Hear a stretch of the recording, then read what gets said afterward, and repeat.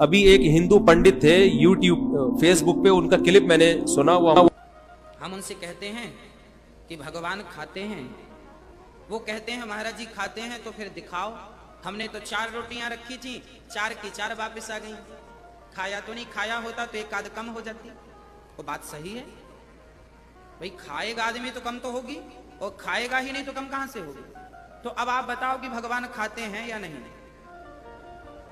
चलो इसका भी समाधान जो साइंस पढ़ा हुआ है वो ध्यान से सुने, जो साइंस पे बिलीव करते हैं वो बहुत ध्यान से सुने। भगवान खाते हैं पर कैसे, उनका तरीका क्या है। अब देखिए, एक गुलाब का पुष्प है, इस गुलाब के पुष्प को हमने तराजू पे रखा, वजन था 10 ग्राम।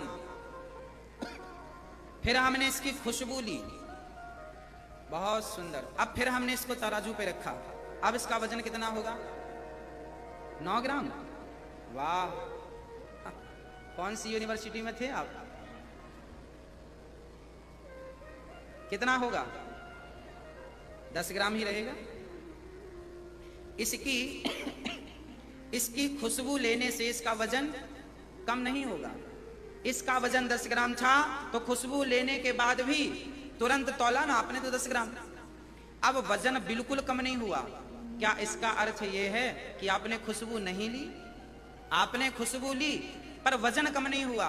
उसी प्रकार दाल चावल सब्जी रोटी जब भगवान को रखते हैं तो उस भोजन की जो खुशबू है और जो भक्त का प्रेम है, भगवान भक्त की श्रद्धा प्रेम को तो स्वीकार कर लेते हैं पर भोजन ज्यों का त्यों छोड़ देते हैं। भगवान को भोज्य से भोजन से मतलब नहीं, भगवान को तो खिलाने वाले की श्रद्धा से मतलब है। अभी एक हिंदू पंडित थे यूट्यूब फेसबुक पे, उनका क्लिप मैंने सुना। वो हमारे एक दोस्त हैं, आर्मी में है, वो मेजर लाहौर में, उनको भी मैंने वो क्लिप भेजा। उसमें किसी ने हिंदू पंडित से सवाल किया था कि हम तो भगवान के सामने सुबह 4 रोटियां रख के जाते हैं, शाम को वो 4 की 4 ही रोती हैं, तो भगवान साहब खाते पीते तो है नहीं, तो ये क्या हो रहा है? इससे भगवान तो खुश क्यों हो रहे हैं जब रोटी रखी है? तो मोहतरम ने जवाब ये दिया कि मैं इस वक्त इसका जवाब दूंगा सिर्फ उन लोगों को जो साइंस और टेक्नोलॉजी के स्टूडेंट्स हैं। तो मैंने जब ये सुना, मैंने कहा यार ये कोई बड़ा ही खानदानी जवाब मार्केट में आ रहा है, क्योंकि ये साइंसदानों ही के समझ में आएगा, हम जैसे देसी लोगों की समझ में नहीं आएगा। तो मैंने फौरन उस फेसबुक के उसको ना, मैंने कहा यार देखो यार, कोई नई रिसर्च आई है। तो मैंने फिर वो हमारे बेतकल्लुफ दोस्तों को कहा कि भगवान के खाने के बारे में रिपोर्ट ठीक है ना, जबरदस्त रिपोर्ट पेश की है।